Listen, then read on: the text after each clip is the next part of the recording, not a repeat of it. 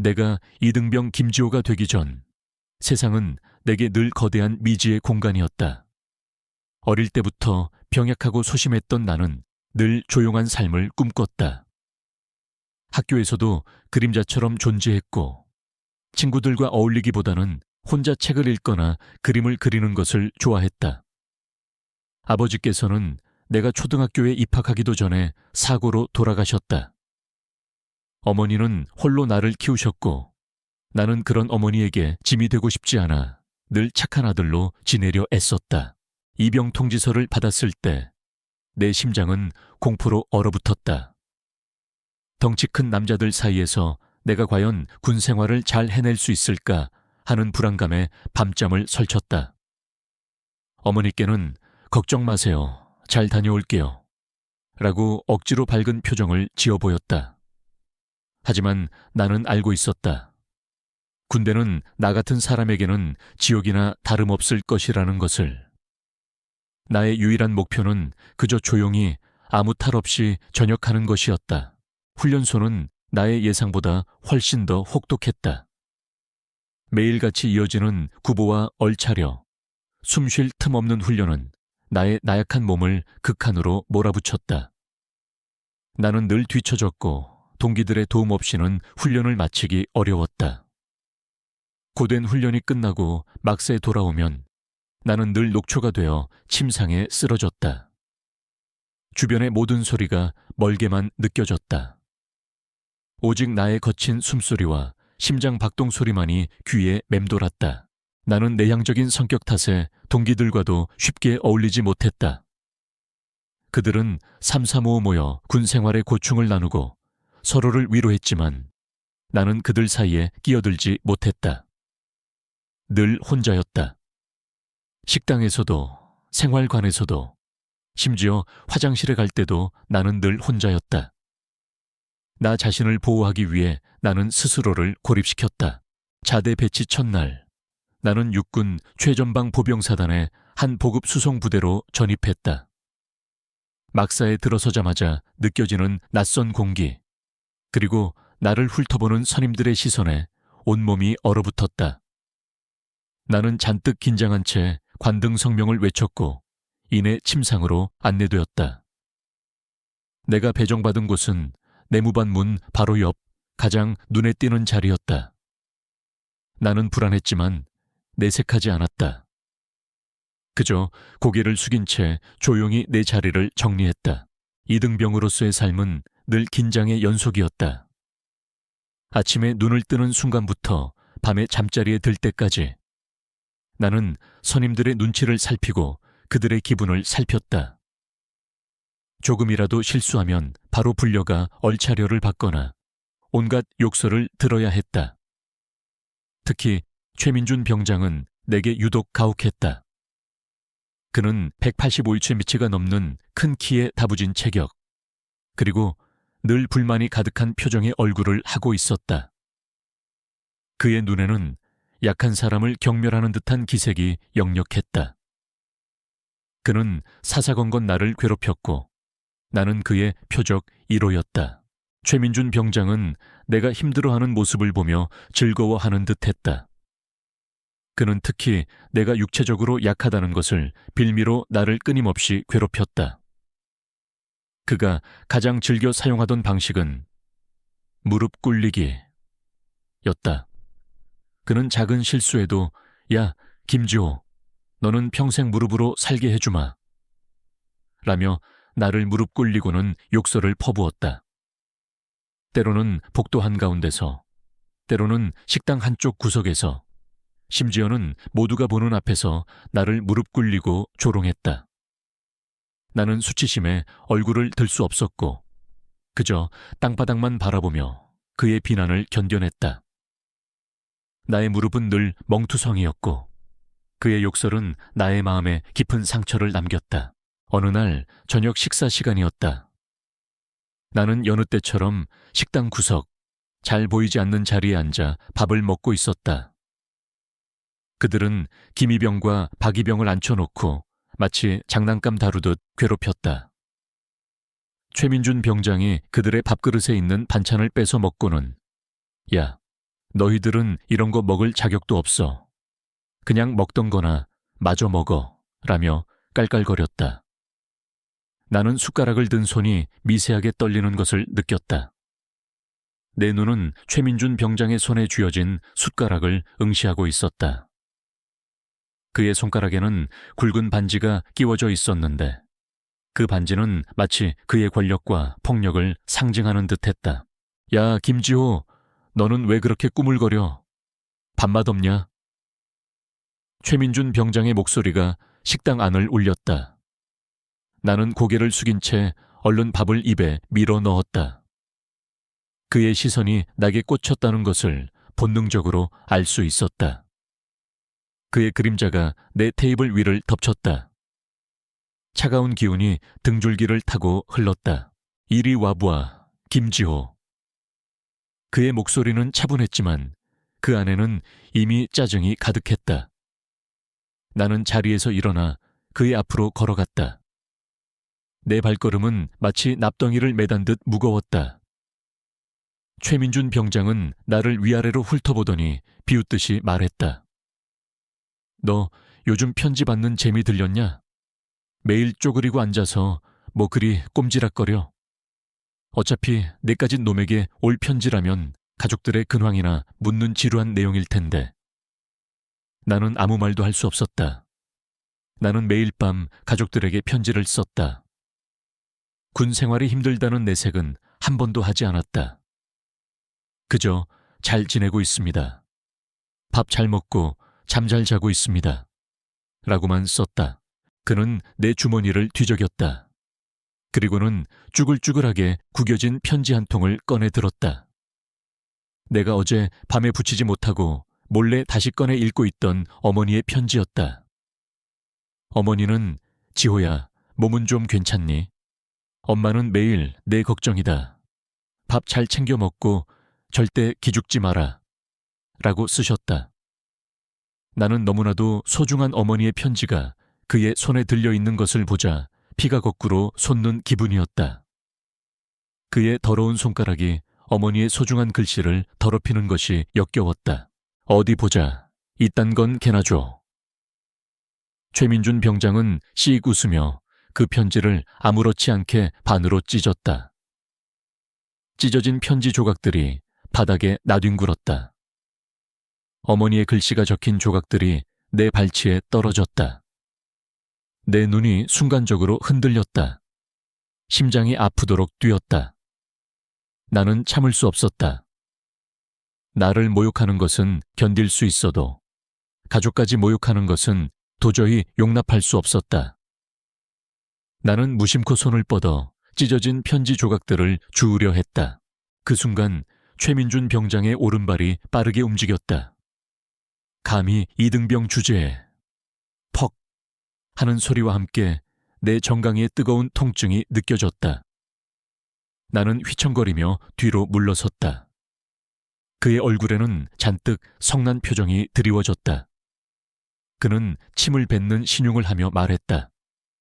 이런 쓰레기 같은 새끼. 주제도 모르고 어딜 감히.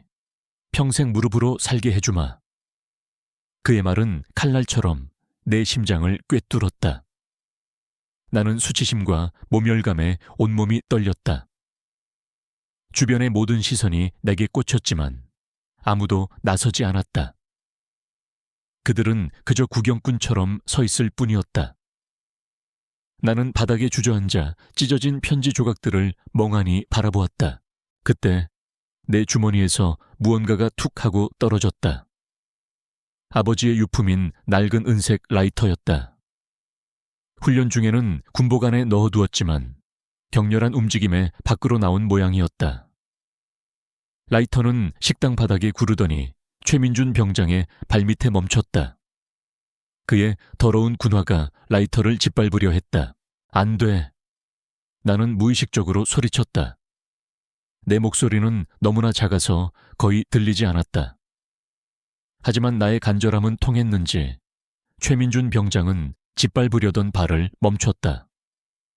그는 라이터를 주워들고는 비웃듯이 말했다. 이딴 낡은 라이터가 그렇게 소중해? 그럼 더 망가뜨려 줘야겠군. 그는 라이터를 부러뜨리려는 듯이 꽉 움켜쥐었다. 그때 라이터 몸체에 희미하게 새겨진 작은 방패 모양의 문양이 눈에 들어왔다. 그것은 내가 어릴 적 아버지의 헌병대 시절 사진에서 보았던 군사 경찰의 상징과 흡사한 문양이었다. 나는 그 순간 내 안에 잠자고 있던 무언가가 깨어나는 것을 느꼈다. 더 이상 이렇게 당하고만 있을 수는 없었다. 나는 가족을, 그리고 나 자신을 지켜야 했다. 라이터의 문양은 내게 작은 희망의 불씨가 되었다. 나는 주저없이 최민준 병장의 손에서 라이터를 낚아챘다. 이건 제 겁니다. 내 목소리는 떨렸지만 전과는 다르게 단호함이 실려 있었다. 최민준 병장은 눈을 크게 뜨며 놀란 표정을 지었다. 아마 내가 반항할 거라고는 상상도 못했을 것이다. 이 새끼가 진짜 미쳤나. 그는 다시 손을 들어 나를 때리려 했다. 하지만 나는 라이터를 꽉 쥔 채 뒤로 물러섰다. 나의 눈빛은 더 이상 겁에 질려 있지 않았다. 최민준 병장은 잠시 멈칫하더니 그래, 까불어봐라. 두고 보자. 라며 이를 갈았다. 그는 내게 더 이상 손대지 않고 자리를 떴다. 아마 다른 선임들의 시선이 부담스러웠을 것이다. 나는 찢겨진 편지 조각들과 라이터를 주워들고 자리로 돌아왔다. 식당 안은 다시 시끌벅적해졌지만 내게는 모든 소리가 멀게만 느껴졌다. 나는 찢겨진 편지 조각들을 하나하나 정성스럽게 맞추어 주머니에 넣었다. 그리고 아버지의 라이터를 꽉 쥐었다. 라이터는 차가웠지만 내 손 안에서 따뜻한 용기를 불어넣는 듯했다. 나는 알았다. 나의 싸움은 이제 막 시작되었다는 것을. 그리고 나는 더 이상 혼자가 아니라는 것을. 최민준 병장이 사라진 후에도 나는 한참 동안 바닥에 주저앉아 있었다. 찢겨진 어머니의 편지 조각들이 내 손 안에서 더욱 생생하게 느껴졌다. 종이의 얇은 감촉, 어머니의 익숙한 필체, 그리고 그 위에 묻은 나의 눈물과 최민준 병장의 침. 그 모든 것이 뒤섞여 나를 짓눌렀다. 나는 억지로 고개를 들어 주변을 둘러봤다. 식당은 여전히 시끄럽고 사람들은 저마다의 식사에 열중하고 있었다. 아무도 나를 신경 쓰지 않았다. 마치 내가 투명 인간이라도 된 듯. 이 비참함 속에서 나를 일으켜 세운 것은 다름 아닌 손에 쥐어진 아버지의 낡은 은색 라이터였다. 나는 조용히 라이터를 들여다보았다. 낡은 은색 몸체에 희미하게 새겨진 작은 방패 모양의 문양. 아버지는 군 복무 시절 헌병대에서 근무하셨다고 했다. 어릴 적 아버지의 앨범에서 헌병 군복을 입고 근엄하게 서 있는 아버지의 모습을 본 기억이 났다. 그때는 그저 멋있다고만 생각했다. 하지만 지금 이 문양은 단순한 장식이 아니었다. 그것은 숨겨진 의미, 이 모든 부조리를 밝혀낼 열쇠였다.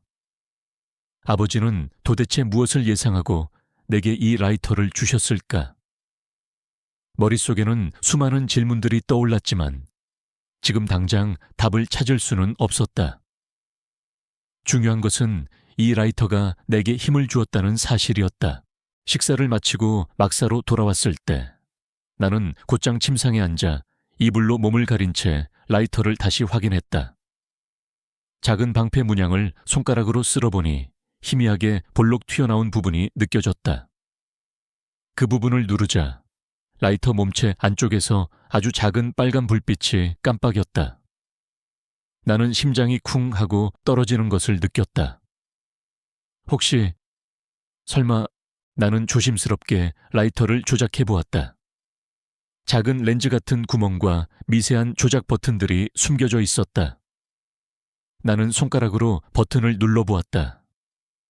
작은 화면이 나타나더니 오늘 식당에서 최민준 병장이 나에게 했던 짓이 재생되었다.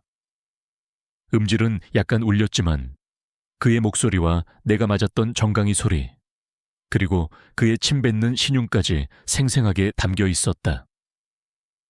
화질은 선명하지 않았지만 그의 얼굴과 행동을 분명히 식별할 수 있었다. 심장이 빠르게 뛰었다. 이것은 단순한 라이터가 아니었다. 이것은 나의 복수를 위한 도구였다. 아버지는 내가 군대에서 이런 일을 겪을 것을 예감하셨던 것일까? 아니면 그저 아들을 위한 작은 보호장치였을까? 나는 알 수 없었지만 이 라이터가 내 손에 있다는 사실만으로도 나는 희망을 느꼈다. 그날 밤 나는 잠을 이룰 수 없었다. 침대맡에 앉아 잠든 선임들의 숨소리를 들으며 생각에 잠겼다.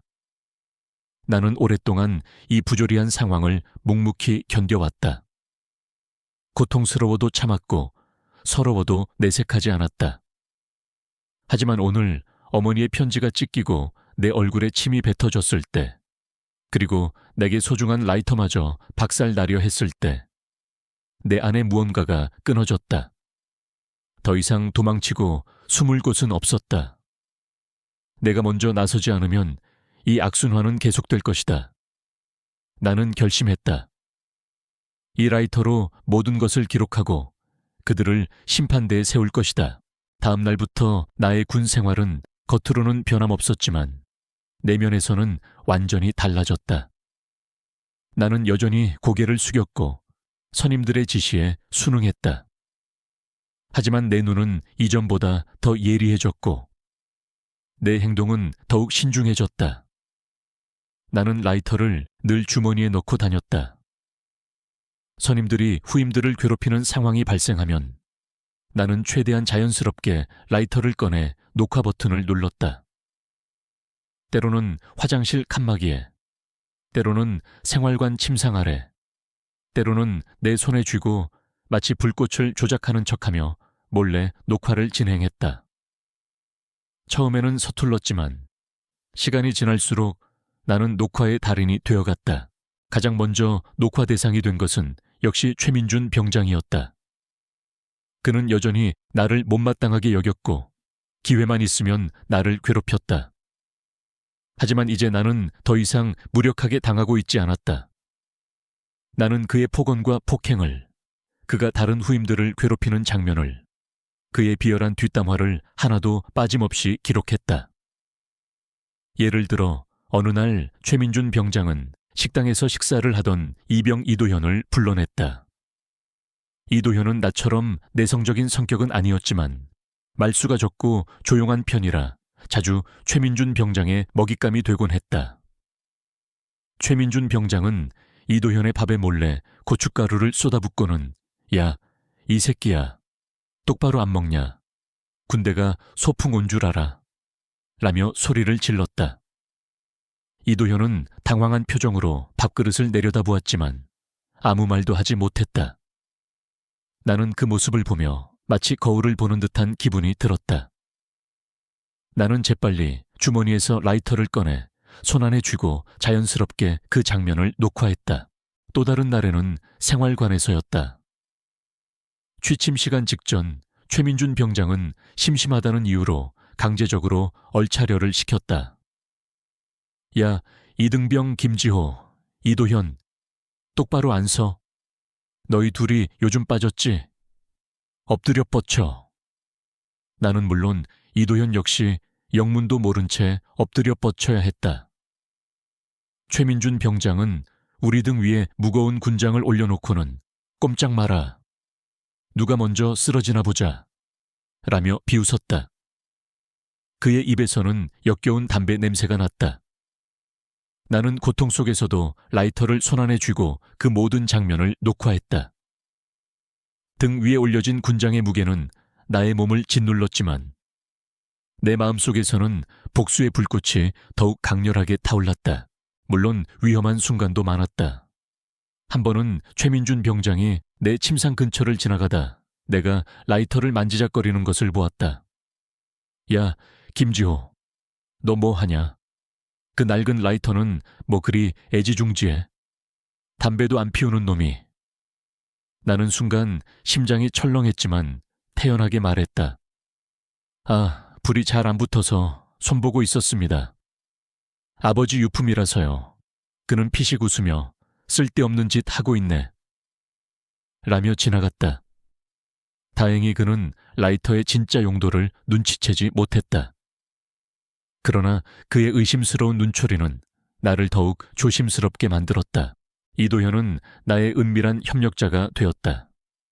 그는 내가 라이터로 무언가를 기록하고 있다는 것을 어렴풋이 눈치챈 유일한 사람이었다. 한 번은 우리가 함께 작업을 하던 중 내가 라이터를 잠시 바닥에 떨어뜨린 적이 있었다. 이도현이 그것을 주워주며 내 손에 쥐어주었는데 그때 그의 손이 라이터의 작은 렌즈 부분을 살짝 스쳐 지나갔다. 그는 눈빛으로 내게 무언가를 말하는 듯했다. 마치 나도 알고 있어. 힘내 라고 속삭이는 것 같았다. 그 이후로 우리는 말없이 서로를 도왔다. 그가 최민준 병장의 눈치를 보며 내게 위험을 알리거나 내가 녹화할 수 있는 기회를 만들어주기도 했다. 예를 들어 최민준 병장이 화장실에서 다른 후임들을 괴롭힐 때 이도현은 김지호, 너도 화장실 좀 같이 가줄래? 라며 나를 데려갔고 나는 그 틈을 타 라이터를 병이 칸막이 위에 설치해 녹화를 했다. 우리는 그렇게 은밀한 동맹을 맺었다. 어느 날 밤 나는 라이터에 저장된 영상들을 조용히 검토하고 있었다. 최민준 병장의 폭행, 폭언, 그리고 다른 선임들의 방관. 내가 이 모든 증거를 군사경찰에 넘기면 그는 분명히 처벌받을 것이다. 나는 아버지가 주신 이 라이터가 단순한 유품이 아니라 내가 군대에서 겪을 고난을 미리 아시고 나를 보호하기 위해 주신 선물이라는 확신이 들었다. 나는 문득 군에 있는 형 생각이 났다. 나는 형이 군인이었던 것만 알았지 정확히 무슨 일을 하는지는 잘 몰랐다. 형은 나보다 훨씬 나이가 많았고 어릴 적부터 독립적으로 생활했기에 나와는 교류가 잦지 않았다. 하지만 나는 어렴풋이 형이 군대에서 꽤 높은 직책에 있다는 것을 알고 있었다. 나는 형에게 연락해서 도움을 청해야 할지 고민했다. 형에게 나의 이런 비참한 모습을 보이고 싶지 않은 마음과 지금이라도 당장 이 상황을 끝내고 싶은 마음이 뒤섞여 나를 괴롭혔다. 나는 며칠 밤낮으로 고민했다. 군 생활은 이제 절반도 지나지 않았다. 내가 이 일을 벌이면 남은 군 생활이 더욱 힘들어질 수도 있었다. 하지만 최민준 병장이 내 얼굴에 침을 뱉고 어머니의 편지를 찢었던 그 순간을 떠올리자 모든 두려움은 사라졌다. 이것은 나를 위한 싸움이 아니었다. 나처럼 최민준 병장에게 시달리는 수많은 후임들을 위한 싸움이었다. 더 이상 침묵할 수는 없었다. 나의 행동이 비록 작은 파장을 일으킬지라도 그것이 이 부대 내의 부조리를 조금이나마 개선할 수 있다면 그럴 가치가 있다고 생각했다. 나는 라이터를 꽉 쥐었다. 이 낡은 라이터 안에는 최민준 병장의 죄악이 고스란히 담겨 있었다. 그리고 나의 용기와 결심 또한 담겨 있었다. 나는 더 이상 무기력한 이등병 김지호가 아니었다. 나는 정의를 위한 전사가 될 준비를 마쳤다. 이 라이터가 내 손에 있는 한 나는 포기하지 않을 것이다. 이제 모든 문은 닫혔다. 나는 더 이상 과거의 나로 돌아갈 수 없었다. 나는 새로운 여정을 시작해야 했다. 나의 싸움은 이제 막 시작된 것이나 다름없었다. 라이터에 담긴 영상들을 검토하며 나는 계획을 세웠다. 무턱대고 군사경찰에 제출해서는 안 된다는 것을 본능적으로 알고 있었다. 최민준 병장과 같은 이들이 이 부대에서 오랫동안 군림할 수 있었던 것은 단순히 그들의 폭력성 때문만이 아니었다. 그 뒤에는 묵인하는 상급자들과 침묵하는 동료들, 그리고 두려움에 떨며 고개 숙이는 후임들이 있었다. 내가 영상을 제출하는 순간 최민준 병장은 물론 나 또한 위험에 처할 수 있다는 생각이 들었다. 나를 지지해줄 아군이 필요했다. 그리고 결정적인 순간에 모든 것을 명확하게 드러낼 기회가 필요했다.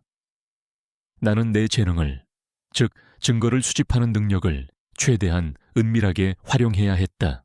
며칠 후 사건은 예기치 않은 방향으로 흘러갔다. 평소 최민준 병장의 눈밖에 난 이도현 일병이 또다시 표적이 된 것이다. 이도현은 나처럼 내성적인 성격은 아니었지만 말수가 적고 조용한 편이라 자주 최민준 병장의 먹잇감이 되곤 했다.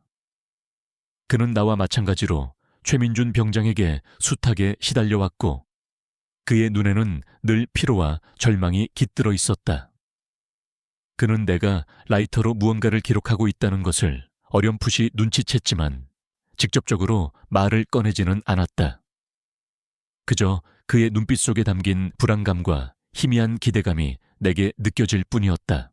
그날은 유난히 비가 내리는 날이었다. 점심 식사를 마치고 막사로 돌아왔을 때 최민준 병장이 이도현을 불러 세웠다.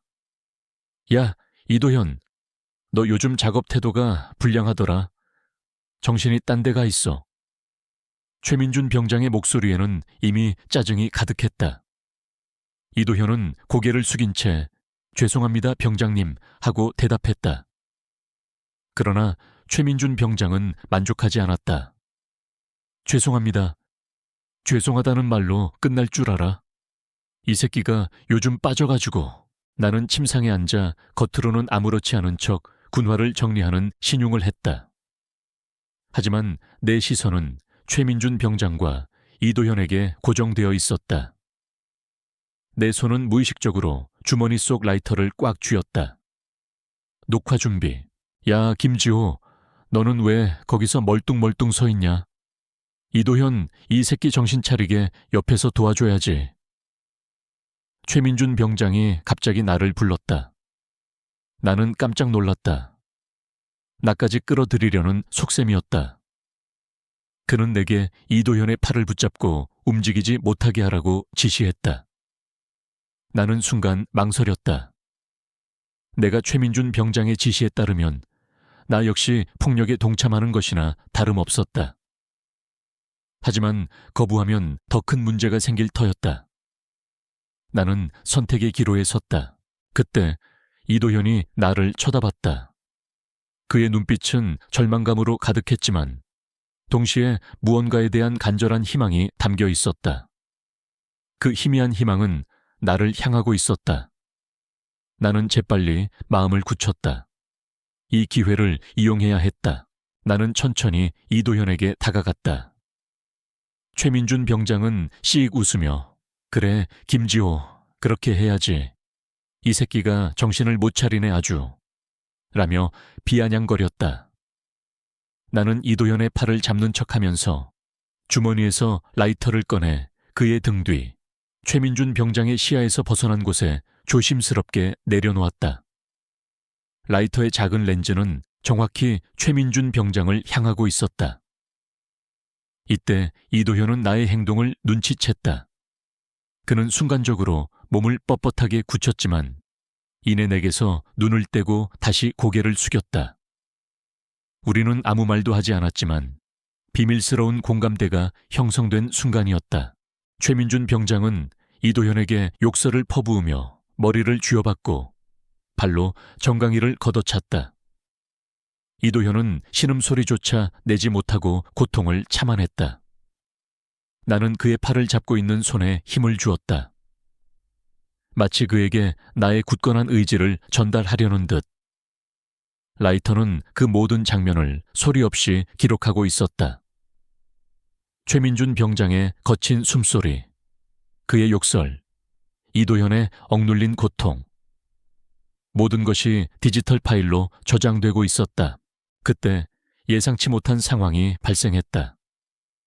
최민준 병장이 이도현을 벽으로 밀치며 이 새끼가 아직 정신을 못 차렸네.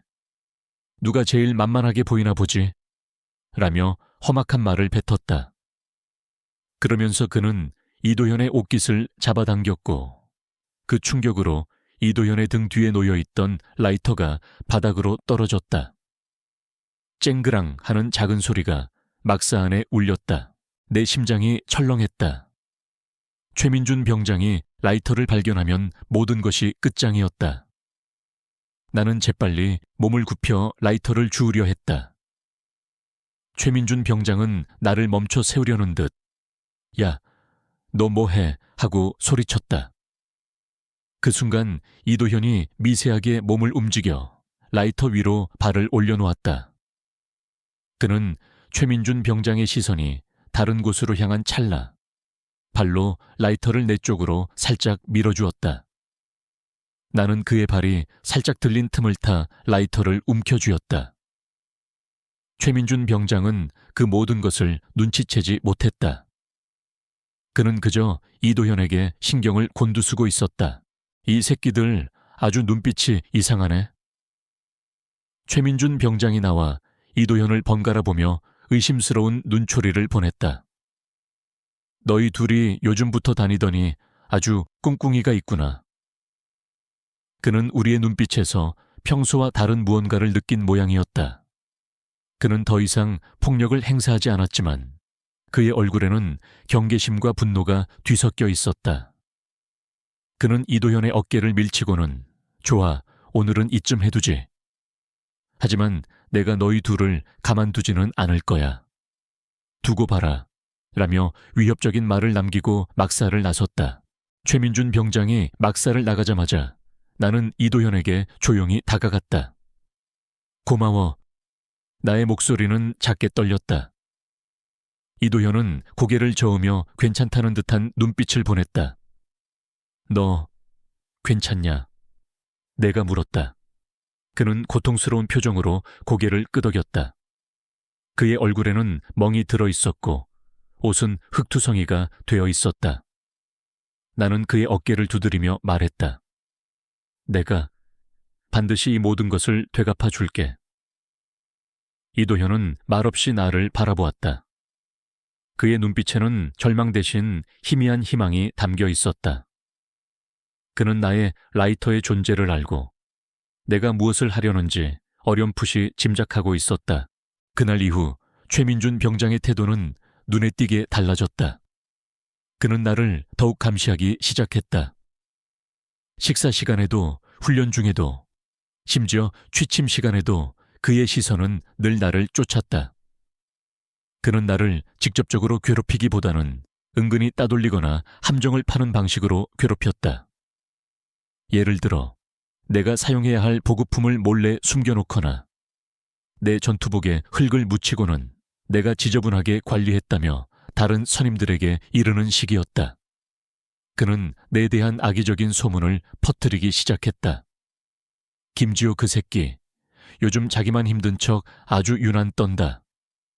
어제 점호 때 보니까 눈빛이 아주 싸가지 없더라.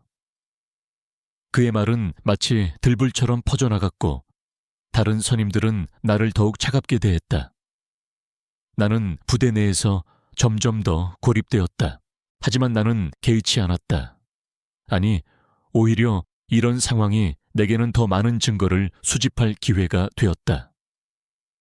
최민준 병장의 집요한 감시와 괴롭힘은 그가 내게 보내는 경고이자 동시에 나의 계획이 그에게 먹혀들고 있다는 증거였다. 나는 그의 모든 행동을 라이터에 기록했다. 그의 비열한 소문, 그가 나를 따돌리는 방식, 심지어 그가 다른 선임들에게 내 대한 불만을 늘어놓는 모습까지도. 나는 그의 행동 패턴을 분석하고 그가 어떤 방식으로 나를 압박해올지 예측하기 시작했다. 이도현과의 관계는 더욱 돈독해졌다. 우리는 말없이 서로에게 힘이 되어주었다. 그는 내가 라이터로 영상을 찍을 수 있도록 시선을 끌어주거나 내가 위험에 처할 때마다 은밀하게 도움을 주었다.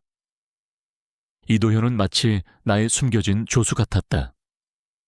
우리는 서로의 존재를 통해 이 지옥 같은 군 생활을 버텨낼 수 있었다. 어느 날 밤 나는 라이터에 녹화된 영상들을 다시 확인하고 있었다. 최민준 병장의 폭언과 폭행은 물론 그가 다른 후임들을 괴롭히는 장면, 그리고 나를 따돌리며 소문을 퍼뜨리는 장면까지 모든 것이 명확하게 담겨 있었다. 이 영상들은 단순한 증거가 아니었다. 그것은 최민준 병장의 추악한 민낯을 고스란히 드러내는 거울이었고 동시에 내가 겪어온 고통의 증언이었다. 나는 더 이상 망설이지 않았다. 이제는 이 증거들을 세상에 드러내야 할 때였다. 나는 군대에서 복무 중인 형의 존재를 떠올렸다. 형은 나보다 훨씬 나이가 많았지만 어릴 적부터 독립적으로 생활했기에 나와는 교류가 잦지 않았다. 하지만 나는 형이 군대에서 꽤 높은 직책에 있다는 것을 어렴풋이 알고 있었다. 그리고 나의 라이터에 새겨진 헌병대 상징 문양. 이 모든 것이 우연일까? 나는 혹시 형이 헌병대 간부일지도 모른다는 희망을 품었다. 만약 그렇다면 형은 내게 가장 강력한 아군이 될 수 있을 터였다. 나는 조용히 라이터를 챙겼다. 내 손안에 쥐어진 라이터는 더 이상 낡은 유품이 아니었다. 그것은 정의의 상징이자 나의 무기였다. 최민준 병장은 내가 이 작은 라이터 하나로 자신의 모든 것을 기록하고 있다는 사실을 꿈에도 몰랐을 것이다. 그의 오만함은 그를 점점 더 깊은 나락으로 이끌고 있었다. 이제 곧 그의 추악한 비밀이 만천에 드러날 것이다. 나는 결코 멈추지 않을 것이다. 나의 계획은 이제 막 시작된 것이나 다름없었다. 최민준 병장의 감시는 날이 갈수록 심해졌다. 그는 마치 그림자처럼 나를 따라다니며 사소한 트집이라도 잡으려 애썼다. 그의 존재는 나를 짓누르는 무거운 공기 같았다. 하지만 동시에 그것은 내게 더욱 치밀해질 기회를 주었다. 나는 그의 시선이 어디로 향할지, 언제 내가 라이터를 꺼내 녹화를 시작해야 할지 몸이 먼저 반응할 정도로 익숙해졌다. 이도현 일병과의 비밀스러운 협력도 더욱 견고해졌다. 그는 나를 돕기 위해 위험을 무릅쓰는 것을 망설이지 않았다. 우리는 식사 시간에 몰래 눈빛을 교환했고 작업 중에는 짧은 신호로 정보를 주고받았다.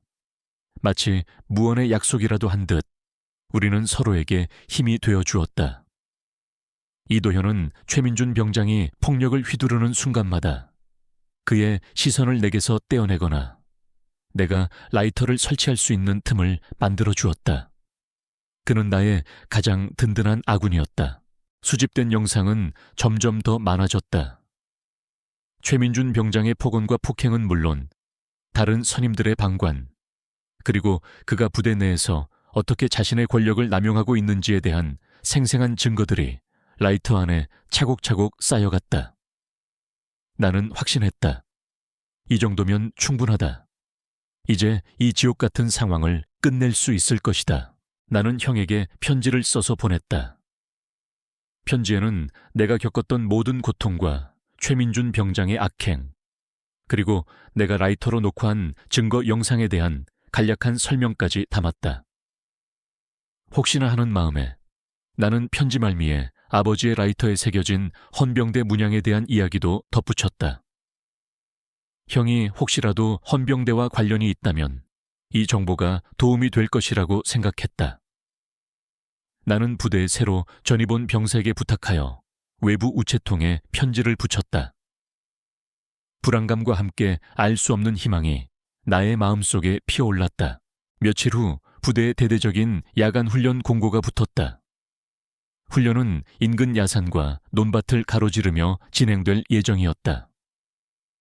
특히 이번 훈련에는 군사경찰 순찰차가 외곽 지역을 순찰하며 훈련 상황을 감시할 것이라는 공지가 있었다. 나는 그 공지를 보자마자 심장이 뛰었다. 이것이야말로 내가 형에게 연락을 취하고 동시에 내가 가진 증거를 외부에 알릴 수 있는 결정적인 기회였다. 군사경찰 순찰차, 그리고 블랙박스.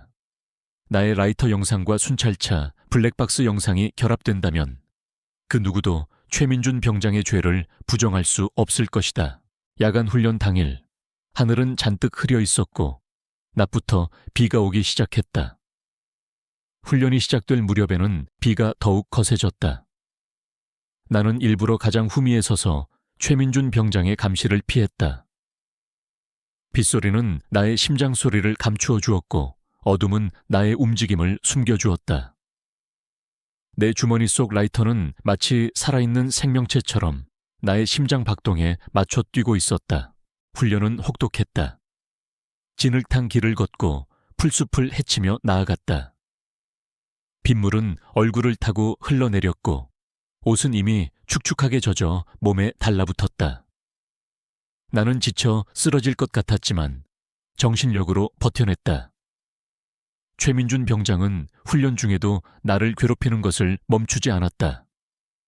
그는 일부러 나의 발을 걸어 넘어뜨리거나 나의 군장을 발로 차서 쓰러뜨리곤 했다. 야, 김지호. 너는 왜 그렇게 힘이 없어? 혹시 꾀병 부리는 거 아니야? 그의 비아냥거림은 빗소리에 섞여 희미하게 들려왔지만 그 안에 담긴 악의는 선명하게 느껴졌다. 나는 그의 비난을 견디며 라이터의 렌즈가 그를 향하도록 조심스럽게 움직였다. 우리는 훈련 중 특정 지점에서 잠시 휴식을 취하게 되었다. 그곳은 훈련장 외곽 도로와 가까운 곳이었고 멀리서 희미하게 군사경찰 순찰차의 헤드라이트 불빛이 보였다. 나는 심장이 터질 듯이 뛰었다. 지금이다. 지금이 바로 결정적인 순간이다. 최민준 병장은 나를 발견하고 씩 웃었다. 야, 김지호. 너 여기서 뭐 하냐? 꾀병 부리고 쉬고 있었냐? 내가 특별 훈련 좀 시켜줄 테니까 이리 와봐. 그의 목소리에는 잔뜩 성난 표정이 드리워졌다. 그는 나를 끌고 외곽 도로와 인접한 수풀이 우거진 곳으로 향했다. 그곳은 군사경찰 순찰차의 블랙박스에 잡히기 딱 좋은 위치였다. 나는 그의 의도를 알고 있었지만 내색하지 않았다. 오히려 그의 손에 끌려가면서 라이터의 녹화 버튼을 다시 한번 확인했다. 자, 김지호. 넌 지금부터 이 빗속에서 무릎 꿇고 앉아 있어. 내가 가라고 할 때까지 절대 일어나지 마. 최민준 병장이 명령했다. 그의 얼굴에는 잔인한 미소가 걸려 있었다. 빗물은 나의 얼굴을 때렸고 차가운 흙탕물이 무릎을 적셨다. 나는 고통과 함께 밀려오는 수치심에 몸을 떨었다. 이것이 내가 마지막으로 겪을 고통이 될 것이다. 나는 속으로 다짐했다. 최민준 병장은 나를 조롱하며 욕설을 퍼부었다. 내까짓게 뭘 할 수 있는데 평생 무릎으로 살게 해주마. 이따위로 약해 빠진 새끼는 군대에 있을 자격도 없어. 그의 목소리는 빗소리에 묻혀 희미하게 들려왔지만 그 악랄함은 선명하게 느껴졌다. 나는 고개를 숙인 채 그의 모든 폭언과 폭행을 라이터에 담았다. 그때 멀리서 들려오던 군사경찰 순찰차의 엔진 소리가 점점 더 가까워졌다. 헤드라이트 불빛이 수풀 사이로 비쳐 들어왔다. 최민준 병장은 순찰차의 불빛을 보고 순간적으로 몸을 굳혔다. 젠장, 저 새끼들이 왜 여기에? 그는 당황한 듯 중얼거렸다. 그는 내게 야, 김지호, 절대 고개 들지 마. 들키면 너 죽는다. 라고 소리쳤다. 그의 목소리에는 초조함이 역력했다. 나는 그의 말에 따르지 않았다. 오히려 천천히 고개를 들었다. 나의 눈은 순찰차의 헤드라이트 불빛을 똑바로 응시했다. 지금이다. 지금이야말로 모든 것을 끝낼 기회다. 나는 몸 안에서 솟아나는 알 수 없는 용기에 놀랐다. 나는 더 이상 두려움에 떨던 이등병이 아니었다. 나는 나 자신과 이도현, 그리고 다른 모든 피해자들을 위해 싸울 준비가 된 전사였다. 순찰차는 우리의 바로 옆에 멈춰 섰다. 엔진 소리가 빗소리와 뒤섞여 훈련장을 가득 채웠다.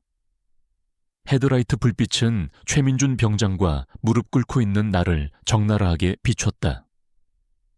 최민준 병장은 잔뜩 겁에 질린 표정으로 나를 노려보았다. 그는 내가 고개를 들 것이라고는 상상도 못했을 것이다. 그의 얼굴에는 절망과 분노가 뒤섞여 있었다. 나는 망설이지 않았다. 내 목소리는 빗소리보다 크게 울려 퍼졌다. 최민준 병장님, 저는 당신의 모든 악행을 알고 있습니다. 당신이 저에게 행한 모든 폭력과 가혹 행위를 더 이상 참을 수 없습니다. 나의 외침은 빗속에서 더욱 선명하게 들렸다. 최민준 병장은 나의 말에 경악한 듯 얼어붙었다. 그는 내가 감히 이 자리에서 군사경찰 순찰차 앞에서 이런 말을 할 것이라고는 꿈에도 생각지 못했을 것이다. 순찰차의 문이 열리고 한 명의 군사경찰이 우산을 들고 내렸다. 그는 침착한 표정으로 우리를 바라보았다. 그의 시선은 먼저 최민준 병장을 향했고 이내 무릎 꿇고 있는 내게로 향했다. 나는 그의 눈을 똑바로 응시했다. 그리고 내 주머니 속 라이터에 담긴 모든 증거가 이 상황을 바꿔놓을 것이라고 확신했다. 나의 극한의 시험은 이제 절정으로 치닫고 있었다. 빗속 군사경찰 순찰차의 강렬한 헤드라이트 불빛이 최민준 병장과 무릎 꿇은 나를 적나라하게 비추고 있었다. 나의 외침은 빗소리와 함께 훈련장 전체에 울려 퍼졌다. 최민준 병장은 얼굴이 하얗게 질린 채 얼어붙었다. 그는 내가 감히 이 자리에서 군사경찰 앞에서 자신의 악행을 폭로할 것이라고는 상상조차 못했을 것이다. 그의 눈에는 분노와 함께 극심한 공포가 서서히 피어오르고 있었다. 순찰차 문이 열리고 내려선 군사경찰은 침착한 표정으로 우리를 바라보았다. 그의 시선은 먼저 최민준 병장을 향했고 이내 무릎 꿇은 내게로 향했다. 나는 그의 눈을 똑바로 응시했다. 나의 주머니 속 라이터에 담긴 영상들이 이 상황을 바꿔놓을 것이라는 확신이 내 안에서 솟구쳤다. 무슨 일입니까? 군사경찰의 목소리는 차분했지만 그 안에는 강한 권위가 실려 있었다. 최민준 병장은 그제야 정신을 차린 듯 더듬거리며 말했다. 아닙니다. 이등병이 훈련 중 실수를 해서 제가 잠시 교육을 시키던 중이었습니다. 그의 목소리는 잔뜩 떨렸고 그의 변명은 너무나도 비겁했다. 나는 그의 말을 끊고 외쳤다. 거짓말입니다. 이 사람은 저에게 폭언과 폭행을 가했습니다. 빗속에서 무릎 꿇고 앉으라고 강요하고 모욕적인 말을 퍼부었습니다. 나의 목소리는 격앙되었지만 그 안에는 진실을 밝히려는 강한 의지가 담겨 있었다. 군사경찰은 최민준 병장과 나를 번갈아 보았다.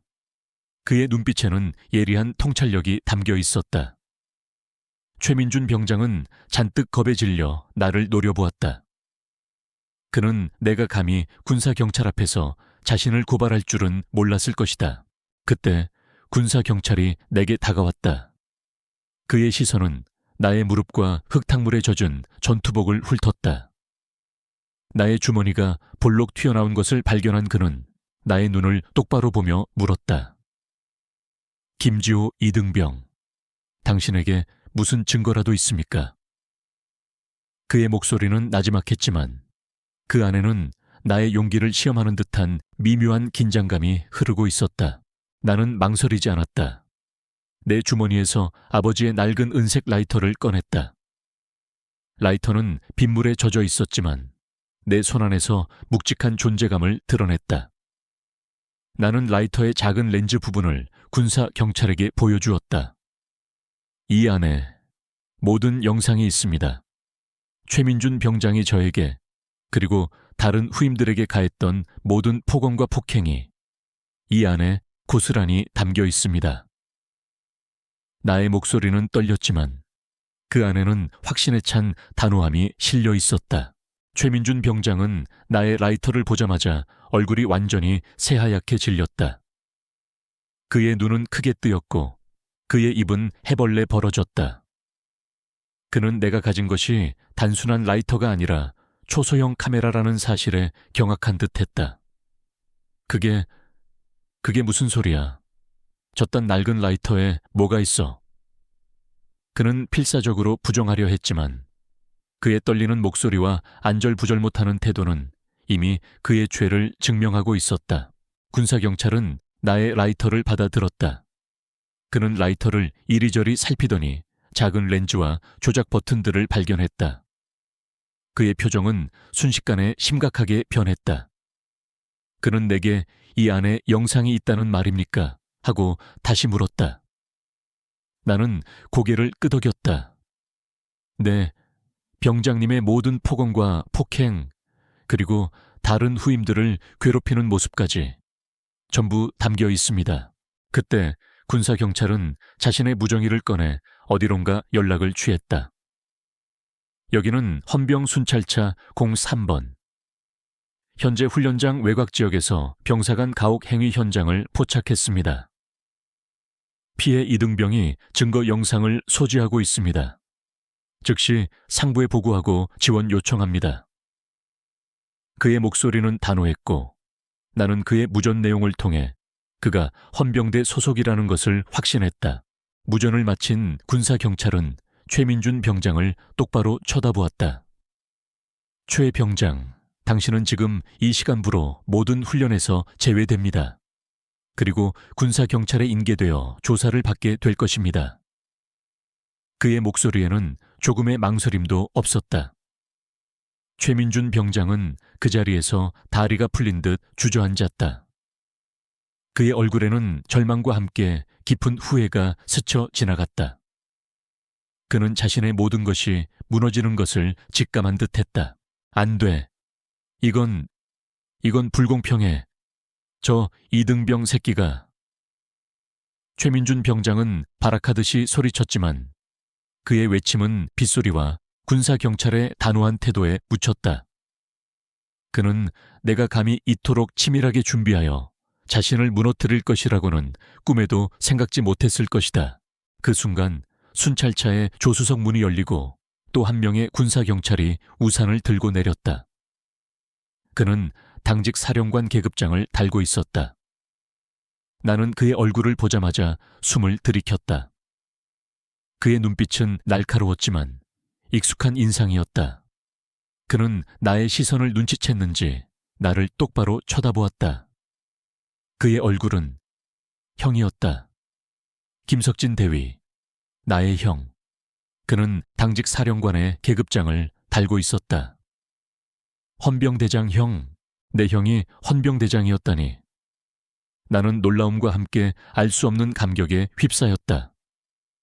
형은 늘 내게 자신의 군 생활에 대해 자세히 말해주지 않았지만 나는 어렴풋이 그가 중요한 일을 하고 있다는 것은 알고 있었다. 그리고 나의 라이터에 새겨진 헌병대 문양. 모든 퍼즐 조각이 맞춰지는 순간이었다. 아버지는 내가 군대에서 겪을 고난을 미리 아시고 형과 함께 나를 보호할 계획을 세우셨던 것일까? 형은 나를 힐끗 보더니 이내 최민준 병장을 향해 차가운 시선을 던졌다. 최 병장, 이 영상은 전부 순찰차 블랙박스에도 녹화되어 있습니다. 당신의 모든 행동이, 그리고 이 이등병이 당신에게 폭행을 당하는 모든 장면이 선명하게 담겨 있습니다. 형의 목소리는 낮고 위압적이었다. 그는 자신의 순찰차 블랙박스가 모든 것을 기록하고 있다는 사실을 최민준 병장에게 각인시켰다. 최민준 병장의 얼굴은 완전히 하얗게 질렸다. 그는 순찰차의 블랙박스 존재를 전혀 알지 못했을 것이다. 그가 빗속에서 내게 가했던 모든 폭언과 폭행, 그리고 그가 나를 조롱하며 평생 무릎으로 살게 해주마 라고 했던 모든 말이 순찰차 블랙박스에 고스란히 담겨 있었다는 사실에 그는 경악했다.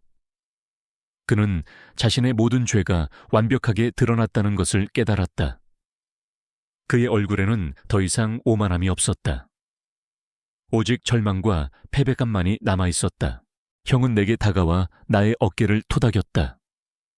지호야, 괜찮냐? 많이 힘들었지? 형의 목소리는 따뜻했고 그의 손길은 내게 큰 위로가 되었다. 나는 고개를 끄덕이며 형의 품에 안겼다. 그동안 겪었던 모든 고통과 서러움이 형의 따뜻한 품속에서 눈물로 터져 나왔다. 이도현 일병이 내게 다가왔다. 그의 눈에는 눈물이 그렁그렁 맺혀 있었다. 지호야, 정말 고마워. 정말 고마워. 그의 목소리는 흐느낌에 잠겨 있었다. 나는 그의 어깨를 두드리며 미소 지었다. 우리가 함께 해냈어, 도연아. 우리의 눈빛 속에는 지난날의 고통과 오늘의 승리가 함께 담겨 있었다. 군사경찰들이 최민준 병장을 끌고 가자 훈련장의 모든 병사들은 침묵 속에서 나를 바라보았다. 그들의 눈에는 놀라움과 함께 존경심이 서려 있었다. 나약했던 이등병 김지호가 자신의 형인 헌병대장의 도움으로 그리고 자신의 용기로 거대한 부조리에 맞서 승리한 것이다. 나의 명예는 회복되었고 나는 더 이상 고개 숙인 병사가 아니었다. 빗속에서 무릎 꿇었던 그날에 나는 사라졌다. 나는 진실과 정의를 위해 싸운 영웅이 되었다.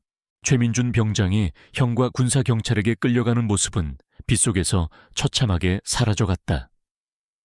그의 얼굴은 이전의 오만함이라고는 찾아볼 수 없는 절망과 공포로 일그러져 있었다. 훈련장에 남은 병사들은 침묵 속에서 이 모든 광경을 지켜보았다.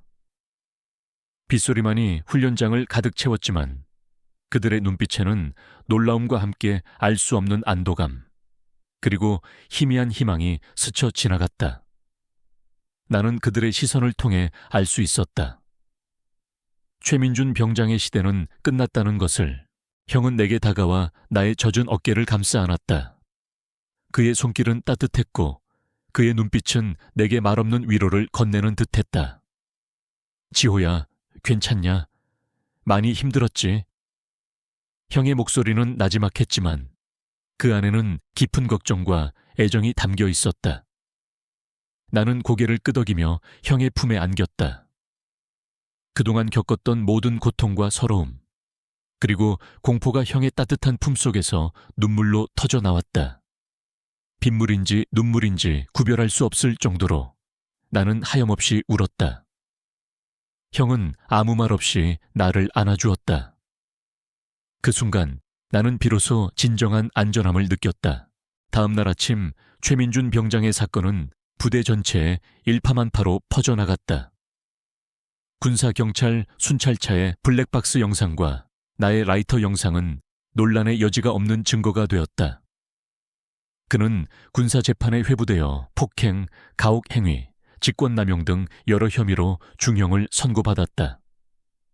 불명예 전역과 함께 실형을 살게 되었고 그의 이름은 부대 내에서 추악한 오명으로 기억되었다.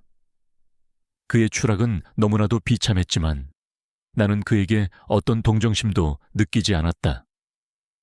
그는 자신이 저지른 죄에 대한 정당한 대가를 치렀을 뿐이었다. 형인 김석진 대위는 이번 사건의 공로를 인정받아 표창을 받았고 부대 내의 변경문화 개선 담당관으로 임명되었다. 그는 단순히 최민준 병장만을 처벌한 것이 아니었다. 그는 이 사건을 계기로 부대 전체에 썩어빠진 변경문화를 뿌리 뽑으려 노력했다. 형은 모든 병사들을 대상으로 인권교육을 강화하고 폭력 및 가혹 행위에 대한 신고 시스템을 투명하게 개선했다. 이전에는 상상할 수 없었던 익명 제보함이 설치되었고 병사들은 더 이상 선임들의 눈치를 보지 않고 자신의 고충을 이야기할 수 있게 되었다. 나는 형의 옆에서 변경 문화 개선에 힘썼다. 나는 내가 겪었던 경험을 바탕으로 다른 병사들의 고충을 듣고 상담해주는 상담병 역할을 맡았다. 나의 이야기는 많은 병사들에게 깊은 울림을 주었다. 나처럼 약하고 소심했던 이등병이 부조리에 맞서 싸워 승리했다는 사실은 그들에게 용기와 희망을 주었다. 이제 나는 더 이상 고개 숙인 병사가 아니었다. 나는 다른 이들의 목소리가 되어주는 존재가 되었다. 이도현 일병은 나의 가장 든든한 친구이자 동료가 되었다. 그는 나의 변화를 누구보다 가까이서 지켜보았고 나의 성장에 진심으로 기뻐했다. 지호야, 너 정말 대단해. 네 덕분에 나도 살았다. 너 아니었으면 나는 아마 아직도 그 지옥에서 헤매고 있었을 거야. 강대현의 눈빛에는 깊은 감사가 담겨 있었다. 그는 이제 더 이상 불안해하지 않았다. 그의 얼굴에는 밝고 자신감 넘치는 미소가 가득했다. 우리는 함께 변경문화 개선에 힘썼다. 이도현은 나와 함께 다른 후임들의 이야기를 듣고 그들을 돕는 데 앞장섰다. 우리는 서로에게 진정한 전우가 되었다. 최민준 병장의 몰락 이후 부대 내의 분위기는 확연히 달라졌다. 이전의 긴장감과 공포는 사라지고 대신 자유롭고 활기찬 분위기가 감돌았다. 병사들은 서로를 존중하고 배려하는 법을 배웠다. 선임들은 더 이상 후임들을 함부로 대하지 않았다. 오히려 서로를 돕고 격려하며 진정한 전우애를 쌓아나갔다. 부대 내에는 이전의 삭막함 대신 따뜻한 온기가 감돌기 시작했다. 마치 길고 추운 겨울이 끝나고 새로운 봄이 찾아온 듯했다.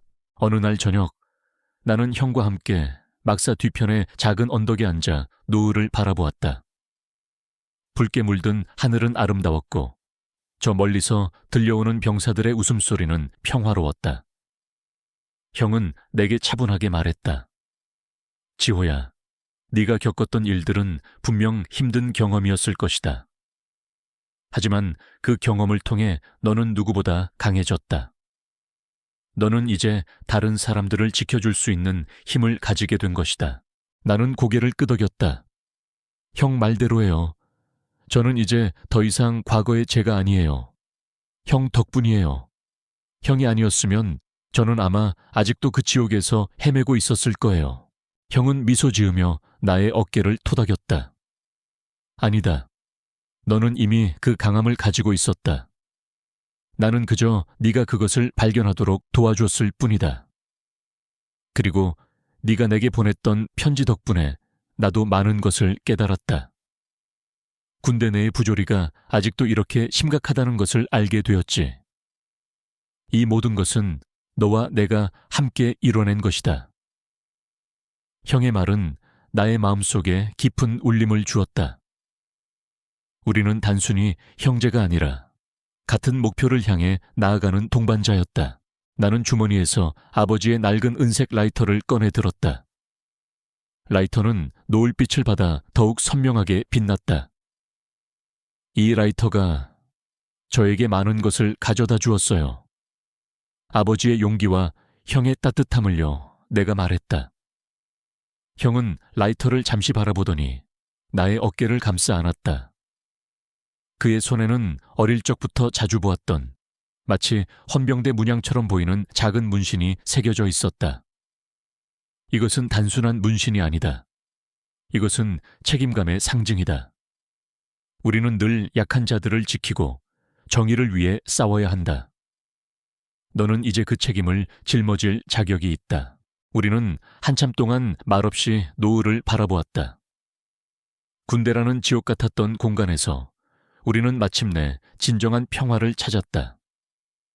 그것은 단순히 외적인 평화가 아니었다.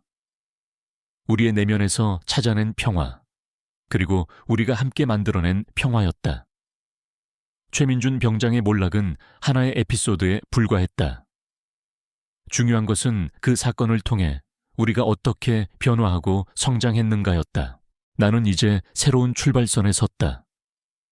나의 군 생활은 이등병 시절과는 비교할 수 없을 정도로 달라졌다. 나는 매일 아침 병사들의 고충을 듣고 그들을 돕는 일에 보람을 느꼈다. 나의 존재는 더 이상 무력하지 않았다. 나는 나의 아픔을 통해 다른 이들에게 용기와 희망을 줄 수 있는 사람이 되었다. 나의 몸은 상처투성이었지만 나의 정신은 그 어느 때보다도 단단하고 강인했다. 나는 나를 짓밟았던 최민준 병장 덕분에 역설적으로 진정한 강함을 깨달았다. 그의 잔인함이 나를 성장시킨 것이다. 나의 삶은 마치 두 번째 봄을 맞이한 듯했다. 길고 추운 겨울을 견뎌내고 피어난 새싹처럼 나는 더욱 푸르고 강하게 돋아났다. 나는 내가 걸어온 길을 자랑스럽게 생각했고 앞으로 걸어갈 길 또한 굳건히 헤쳐나갈 준비가 되어 있었다. 나는 알았다. 나의 이야기는 이제 막 시작되었을 뿐이라는 것을 군대를 전역하던 날, 나는 비로소 진정한 자유를 느꼈다. 낡았지만 묵직한 아버지의 은색 라이터는 나의 군 생활과 함께 견고해진 내 손안에서 더욱 단단하게 느껴졌다. 나약하고 소심했던 이등병 김지호는 더 이상 존재하지 않았다.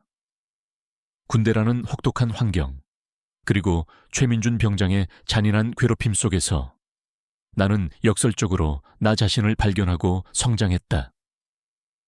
이제 나는 다른 사람들의 아픔을 이해하고 그들을 도울 수 있는, 이전과는 비교할 수 없는 강인한 사람이 되었다.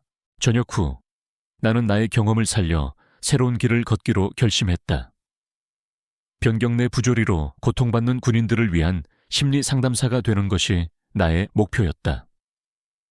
나는 군 생활 동안 겪었던 일들이 결코 헛되지 않았음을 증명하고 싶었다.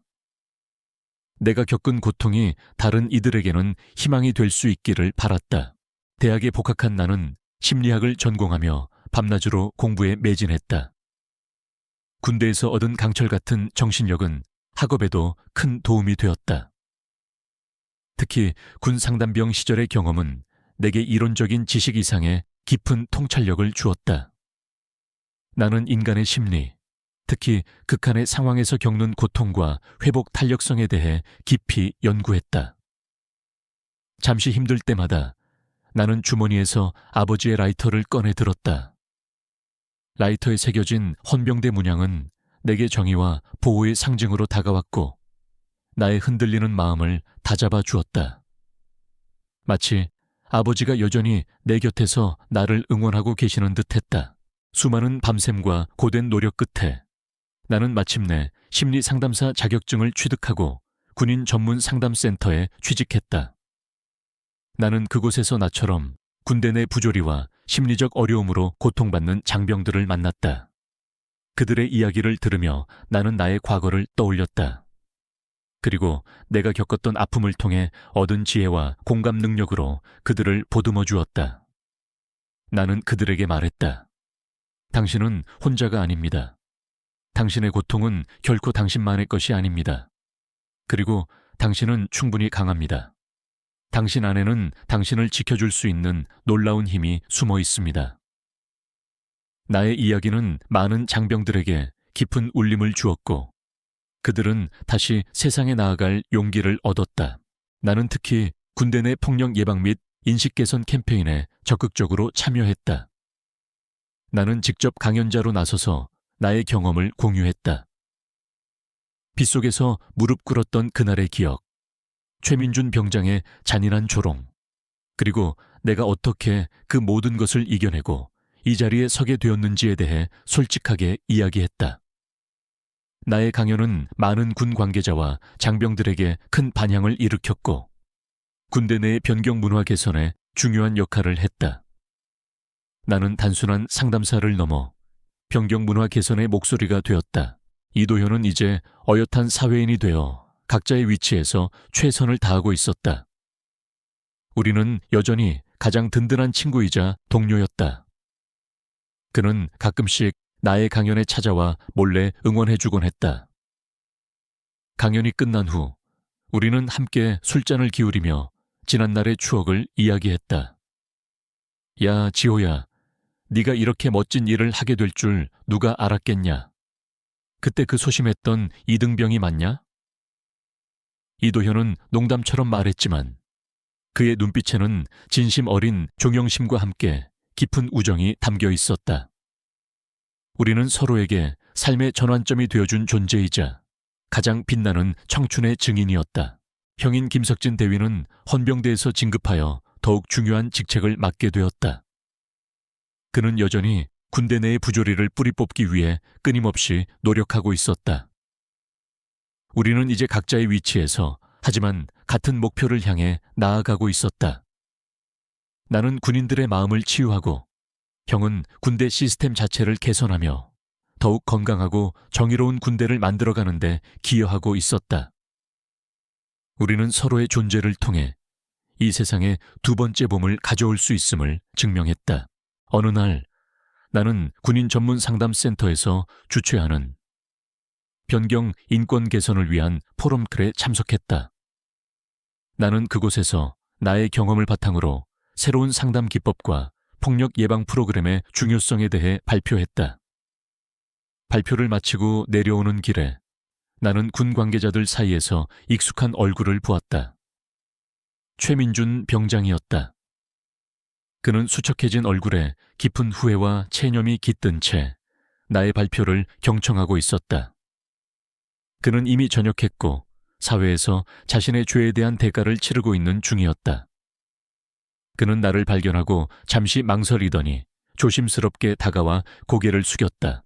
김지호, 네가 이렇게 멋진 사람이 될 줄은 몰랐다. 그때 내가 너에게 했던 모든 짓을 진심으로 후회하고 있다. 미안하다. 정말 미안하다. 그의 목소리는 낮고 떨렸다. 나는 그의 눈을 보았다. 그의 눈에는 이전의 오만함이나 잔인함은 찾아볼 수 없었다. 오직 진심 어린 후회와 반성만이 담겨 있었다. 나는 그의 사과를 받아들였다. 괜찮습니다. 저는 괜찮습니다. 저는 이미 모든 것을 이겨냈습니다. 나는 그에게 진심으로 용서의 말을 건네했다. 그의 변화는 나의 치유이기도 했다. 나는 이제 더 이상 과거의 나약한 피해자가 아니었다. 나는 나의 아픔을 통해 다른 이들을 돕고 더 나은 세상을 만들어가는데 기여할 수 있는 심리 상담 전문가가 되었다. 나의 몸은 상처투성이었지만 나의 정신은 그 어느 때보다도 단단하고 강인했다.